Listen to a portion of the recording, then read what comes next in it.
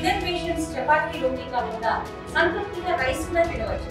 Doctor rice, sugar free rice, doctor rice, diabetic rice, sugar పెన్సని బియ్యం, doctor rice. Pedapudi మండలం కైకోలు గ్రామంలో ఇక్కడ రైతులకి మరి నీటి ఎదురు వల్ల వాళ్ళ పడుతున్న బాధలను చూడడానికి ఈ గ్రామానికి మరి వైఎస్ఆర్ కాంగ్రెస్ పార్టీ నాయకులు, అదే స్థానిక ప్రజలు, అదేవిధంగా రైతులు అందరూ కూడా మరి ఇక్కడ చేయడం జరిగింది. ఇక్కడ భూములు ఏ రకంగా వీడివారిపోయినాయో, బేట్లు ఏ రకంగా ఉన్నాయో అన్నది ఈ వీడియోలు చూస్తేనే మీకు తెలుస్తుంది. ఊడ్పులు ఊడ్చిన చేలో మరి మోటార్ సైకిల్ మీద ఫ్రీగా తిరిగేస్తున్నాం అంటే చేను ఏ రకంగా ఎండిపోయింది అన్నది చూడండి. గతంలో ఎప్పుడు ఈ పరిస్థితి లేదు. తొలకర్లో ఈ గ్రామ చరిత్రలో ఎప్పుడూ లేదు. ఇప్పుడే ఎలా ఉందంటే దాళవాలో ఎలా ఉంటుందా అన్నది కూడా రైతులందరూ కూడా బాధపడిపోతున్నారు. వాళ్ళు ఆందోళన చెందుతున్నారు. ఈ రకంగా మరి నెరలు తీసిందంటే మరి వాళ్ళు పెట్టిన పెట్టుబడి అంతా ఇప్పుడు వృధా అయిపోతుంది. మళ్ళీ ఇదే పరిస్థితి కానీ ఇంకో వారం 10 రోజులు కానీ జరిగితే మళ్ళీ కొత్తగా మళ్ళీ దమ్ము చేసుకుని మళ్ళీ ఊడ్చుకోవాల్సిన పరిస్థితి. దమ్ము చేసుకోవాలని నీరు రావాలి. ఎప్పుడు ఈ గ్రామానికి ఈ రకంగా ఈ టైంలో నీటి ఎద్దడి లేదు. కాలువకి మొగదాలున్న ప్రాంతం ఇది.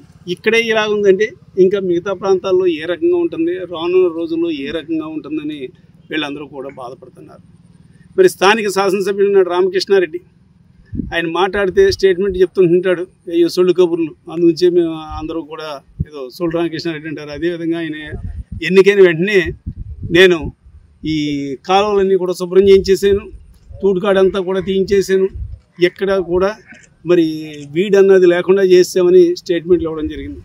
ఈ రోజుకి కూడా ఎక్కడ కూడా ఆ కార్యక్రమాలు సరిగ్గా చేపట్టలేదని స్థానిక మరి రైతులే చెప్తూ ఉన్నారు. ఇదే పరిస్థితి కొనసాగితే నీరన్నది రాదు. నీరన్నది రాకపోతే వీళ్ళు పెట్టిన పెట్టుబడి కూడా పోతుంది. ఇక్కడ పచ్చని పొలాలు, ఎంతో మంచి పంట పండే ప్రాంతం ఇది. ఈ ప్రాంతంలోనే ఇలా ఉందంటే ఇంకా రాను రోజుల్లో ఏ రకంగా ఉంటుందో అన్నది మీరు చూడొచ్చు.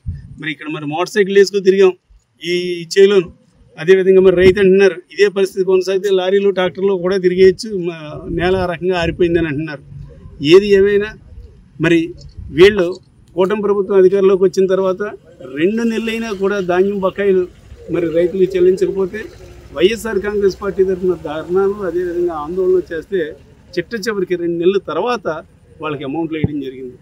రైతులకి ఇప్పటి వరకు ఏ రకంగానూ సహాయం లేదు, రైతు భరోసా లేదు.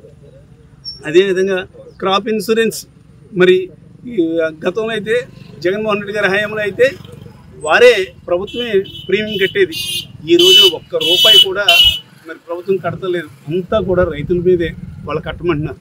వాళ్ళు అసలే వ్యవసాయం గిట్టుబాటు లేకుండా ఉన్న టైంలో మళ్ళీ వాళ్ళు ఈ ప్రీమియంలు కట్టి వాళ్ళు మరింత నష్టాలకు లోను కావాల్సిన పరిస్థితి వస్తుంది. ఏది ఏమైనా మరి ప్రభుత్వం యొక్క కళ్ళు తెరిపించాలని మేము ఈ రోజున ఇక్కడ రావడం జరిగింది. మేము రావడం కూడా ఆల్రెడీ సక్సెస్ అయ్యాం. ఎందుకంటే మేము ఈవేళ వస్తున్నామని తెలిసి ఇన్ని రోజులు కూడా మరి ఎమ్మెల్యే కానీ అతని అనుచరులు కానీ ఎవరు ఇక్కడ రాకుండా మేము వస్తున్నామని తెలిసి ఎమ్మెల్యే తన కుమారుని పంపించి ఇరిగేషన్ అధికారులతో మాట్లాడించడం జరిగిందట. ఇన్ని రోజులు ఏం చేశారు మీరు? ఇన్ని రోజులు ఈ వేళకి నెరగొట్టలేదు కదా. చాలా రోజుల నుంచి చేయలేని ఇలా నెరగొట్టే ఉన్నాయి. కనీసం ఇక్కడ రైతులను పరామర్శించాలి కానీ, రైతులకు న్యాయం చేయాలి కానీ, వీళ్ళ సమస్య తీర్చాలని కానీ ఎందుకు ప్రయత్నం చేయలేదు? కేవలం వైఎస్ఆర్ వాళ్ళు ఈ వేళ వస్తున్నారు, ఏదో రకంగా ప్రజలని మభ్యపెట్టాలి రైతులను ఉద్దేశంతో ఈ వేళ రావడం జరిగింది. ఏది ఏమైనా మీ కళ్ళు తెరిపించినందుకు మా ప్రయత్నం సక్సెస్ అయిందని మేము భావిస్తున్నాం.